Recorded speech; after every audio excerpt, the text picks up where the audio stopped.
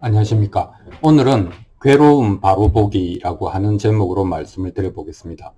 괴로움을 좋아하는 사람은 정신적으로 이상한 사람이겠죠. 하지만 인간은 살면서 괴로움을 겪을 수밖에 없고, 이걸 어떻게 하느냐에 따라서 괴로움이 디딤돌이 될 수도 있고 걸림돌이 될 수도 있지 않습니까? 당연히 우리는 디딤돌로 만들어야 하겠죠. 그래서 이 괴로움을 불교적인 관점에서는 이제 어떻게 바라보고 우리가 이제 잘 해결하고 해결할 뿐만 아니라 성장할 수 있느냐 하는 것을 이제 알아보도록 하겠습니다. 이것을 해결하는 그 실마리는 이것이 있으면 저것이 있다라고 하는 이제 연기법이 되겠습니다. 그리고 그런 것들을 따라서 괴로움을 잘 해결하면 효능이 두 개가 있는데, 하나는 우리가 지혜가 밝아진다는 것이고 하나는 자비로움이 생겨난다, 이렇게 이야기를 할 수 있겠습니다. 자, 그 첫 번째, 괴로움을 통해서 어떻게 지혜가 일어날 수 있는가라고 하는 얘기를 한번 해보겠습니다. 그 생명체가 가진 가장 실존적인 실감, 실감을 어떻게 하는가 하면 고통을 느낀다는 것이죠. 그래서 고통을 느끼지 않으면, 저도 이제 한번 마비가 되어 본 적이 있지만 고통이 느껴지지 않거든요. 그건 살아있지 않다는 거 아니겠습니까? 그래서 살아있는 생명체는 모두 고통을 느끼고 고통이 가장 실존의 느낌이다, 이렇게 이야기를 할 수도 있겠습니다. 그런데 인간 세상은 이제 좀 특별하게도 이 괴로움과 즐거움이 이 반반, 치킨, 프라이드 반, 양념 반, 이런 것처럼 반반입니다. 물론 이 다양한 조합이 있겠죠. 괴롭기만 한 사람이 있고, 즐겁기만 한 사람인데, 둘 다, 생각할 겨를이 없죠. 고통 속에 빠져 있거나, 쾌락 속에 빠져 있기 때문에. 그러나 반반인 사람은 이것과 저것을 교차로 경험하는 사람은 생각이라고 하는 것을 하게 됩니다. 그래서 그 생각을 하다 보니까 이 괴로움이라고 하는 것이 이게 추위와 배고픔과 적군의 침략 이런 것도 있지만, 내 안에서 솟아나는 괴로움 혹은 내 안에서 뭔가 이런 것들이 괴로움을 만들어내는구나 하는 관찰을 할 수가 있거든요. 그래서 그 괴로움의 유발자를 욕망이다, 이렇게 말을 할 수 있겠습니다. 자, 배가 고플 때 밥을 찾는 것은 이 욕자를, 같은 욕자를 써도 한자가 다릅니다. 배고플 때 밥을 찾는 거, 졸릴 때 자고 싶은 거, 이런 욕자는 하고자 할 욕, 순수한 욕구다, 이렇게 이야기를 할 수 있겠습니다. 하지만 욕심, 탐욕, 이런 야욕, 이런 욕을 쓸 때는 하고자 할 욕 밑에 마음심자가 들어갑니다. 그러니까 뭡니까? 인위적으로, 의도적으로, 조작적으로 마음이 욕심을 내는 것. 이것을 이제 욕심낼 욕자다, 이렇게 이야기를 합니다. 그러니까, 그런 이것이 이제 그 좌절이 되면 화가 나고 이제 괴로움이 되겠죠. 그래서 이런 것들을 발견하면, 이걸 내가 다스려야 되겠다. 다스린다는 것은 억누르는 것이 아니고 이해해서 거기서 풀려난다는 의미거든요. 그렇게 하려면 어떻게 해야 되겠습니까? 이게 진짜로는 좋은 게 아니구나. 이게 평지풍파를 일으키고 문제를 일으키는구나 라고 생각하게 되면, 그런 마음에서 일어나는 욕망을 싫어하게 됩니다. 싫어하는 마음을 염오라고 합니다. 염증나게 싫어한다. 정말 진절머리가 난다, 이렇게 되는 것이죠. 그럼 그 염오가 되면 자연스럽게 어떻게 되겠습니까? 그 욕망으로부터 이제 떨어져 나가게 되는 겁니다. 완전히 떨어져 나가면 그것을 해탈이라고 한다. 해탈의 의미는 더 이상 욕망이 나를 휘두르지 못한다. 욕망으로부터 내가 자유를 얻는다. 이렇게 표현할 수 있겠습니다.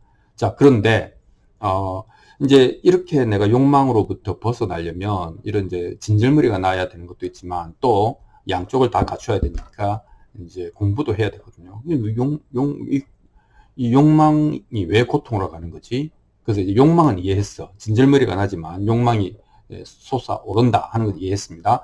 근데 그 욕망이 왜 고통이 되지? 하는 건 아직 모르죠. 그래서 이 고통을 이해하지 못하면, 욕망이 고통을 만들어내는 것을 이해하지 못하면 다시 괴로움에 빠질 수 있습니다. 자, 그래서 이제 공부를 해보면 이제 이런 얘기를 할 수 있겠죠. 야, 이게 모든 것이 상황이나 여건이 이렇게 맞아 떨어지면 뭐가 생겨.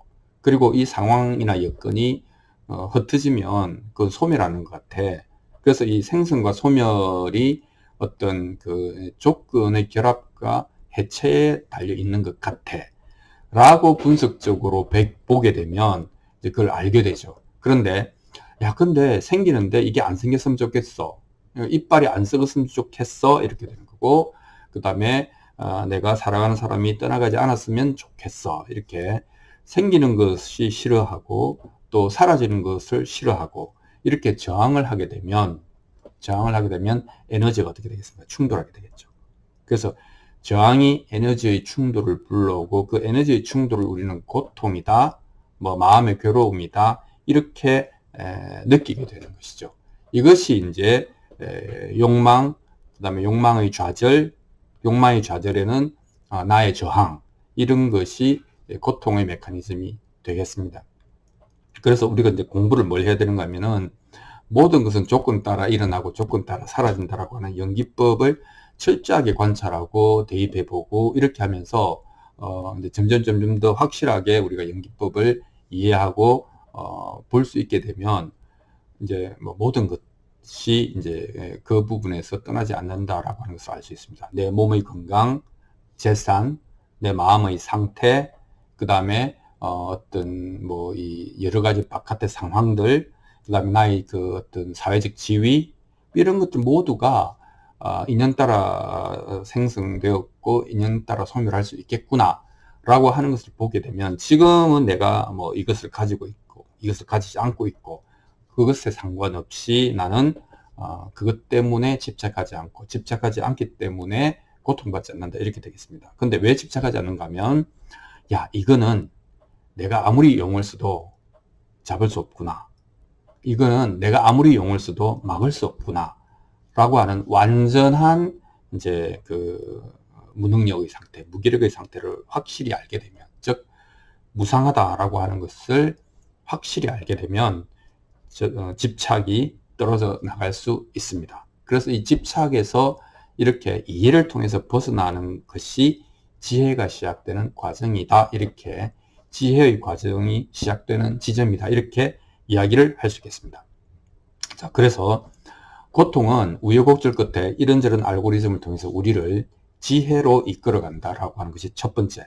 두 번째는 고통은 또 무엇을 우리에게 주는가 하면 자비, 사랑, 이런 것을 우리에게 줍니다. 우리는 고통을 통해서만 사랑을 이해할 수 있다, 이렇게 이야기를 할 수 있겠습니다. 자, 이 자비라고 하는 말을 뭐 여러 가지로 이제 영어로 번역할 수 있는데, compassion이라는 말을 한번 써보겠습니다. compassion은 come과 passion이라는 것으로 이루어져 있지 않습니까? 이 come은 with, 함께한다, 이런 뜻이고, 그 다음에 passion은 열정도 있지만 고통이라는 뜻이 있거든요. 그러니까 타인의 고통에 함께한다, 이런 뜻이죠. 그런데 이것이 뭐 empathy, sympathy라고 조금 동정, 연민하고 조금 다른 것은, 이거는 이 연민이나 공감 같은 것은 조금 더 마음이 더 강하죠. 마음으로 그렇게 느낀다는 것이죠. 하지만 이 compassion은, 이 come은 뭐냐면은 상대방의 고통스럽겠다라고 하는 정도의 마음에, 참 안 됐다 하는 마음에서 머무르지 않고 그 고통이 내가 마치 겪는 것처럼 내가 느껴지기 때문에, 그럼 어떻게 됩니까? 내가 고통스러우면 나는 내 고통을 해결하기 위해서 뭐라도 행동하지 않을 수 없죠. 마찬가지로 타인의 고통이 나의 고통처럼 느껴지기 때문에 나는 그 타인의 고통을 들어주기 위해서 뭐라도 하지 않을 수 없는, 행동하지 않을 수 없는 상태를 말합니다. 즉 사랑이라는 것이죠. 사랑이 뭡니까? 상대방이 아프면 나도 아프잖아요. 그러면 상대방이 아프면 내가 뭔가를 하지 않고는 못 견디지 않습니까? 이것이 컴패션이다, 자비다, 이렇게 얘기할 수 있겠습니다. 그래서 뭐 예를 들면 자식 아프면 우리는 다 공감하지 않습니까? 차라리 내가 아프고 말지, 혹은 자식이 아프면 나는 더 아프죠. 예, 이것이 컴패션이다, 이렇게 이야기를 할 수 있겠습니다. 그러나 불교에서 가르치는 컴패션은 이게 이제 나와 친밀한 뭐 가족이나 친지를 넘어서서 모든 생명체계로 이제 확장되는 컴패션이다, 이렇게 이야기를 할 수 있겠습니다. 아직 우리가 거기까지 너무 넓힐 필요는 없고요. 근데 왜 우리는 타인의 고통을 이해할 수 있는가? 그건 분명하죠. 내가 고통스럽기 때문에. 나의 고통에 비추어 타인도, 다른 생명체도 고통스러울 것이다 라고 우리는 이해할 수가 있는 것입니다. 그래서 그게 뭔지 알기 때문에 저거 저는 이제 예를 들면 뇌경색으로 다리를 온전히 못 걷는 상태를 겪어봤기 때문에 밖에 나가다 보면 그런 사람들이 눈이 잘 띄어요. 그건 내 마음이겠죠. 그래서 거기 민감합니다. 그래서 저 사람이 걷는 상태를 보면 저거 지금 안간힘을 써서 걷고 있는데 내부적으로는 평형을 유지하기 위해서 정말 괴로워 힘들 텐데 이런 느낌을 제가 이제 다시 받는 거죠. 그러니까 나는 그것이 무엇인지 알기 때문에 자연스럽게 마음이 그리로 갈 수 있다. 만약에 모른다면. 그러니까 부자는 배고픔에 대해서 이야기 어렵겠죠. 건강한 사람은 아픈 사람에 대해서 이야기 어렵겠죠. 잘 달리는 사람은 잘 뛰지 못하는, 구부 못하는 소대원이 구부 잘하는 소대장을 이야기가 어렵겠죠. 그러니까 과부 신세는 호래비가 안다. 뭐 이런 거 아니겠습니까? 그래서 옛날부터 그런 말이 있습니다. 남을 도울 수 있는 능력은 부자에게 있지만 실제로 이제 서로를 돕는 것은 없이 사는 사람들이다. 왜냐하면 서로가 없이 사는 것이 무엇이다라고 하는 것을 잘 알기 때문에 서로 도울 수가 있는 겁니다. 자, 그러니까 고통의 두 번째 역할은 뭡니까? 나의 고통을 통해서 타인의 고통을 이해하고 그렇게 해서 나의 고통을 해결하려고 노력하듯이 타인의 고통을 들어주려고 행동하게 되는 것, 이것이 자비고, 그래서 고통은 그런 또 알고리즘을 통해서 자비심을 불러일으킨다. 이렇게 이야기를 할 수 있겠습니다. 또 다르게 이야기하면 고통이라는 관점으로 만물은 나와 한 몸이다. 고통이라고 하는 관점으로 일체는 평등하다. 이렇게 이야기를 할 수 있겠습니다. 그래서 이렇게 두 가지, 하나는 이제 고통이 왜 일어나는가에 대한 지혜, 두 번째는 또 타인의 고통에 대해서 민감하고 도우려고 하는 마음인 자비, 이 두 개가 괴로움을 우리가 바로 이해하기만 하면 생겨날 수 있는 미덕이다, 이렇게 이야기를 할 수 있겠습니다. 현대에서는 PTSD라고 하는 것이 중요하죠.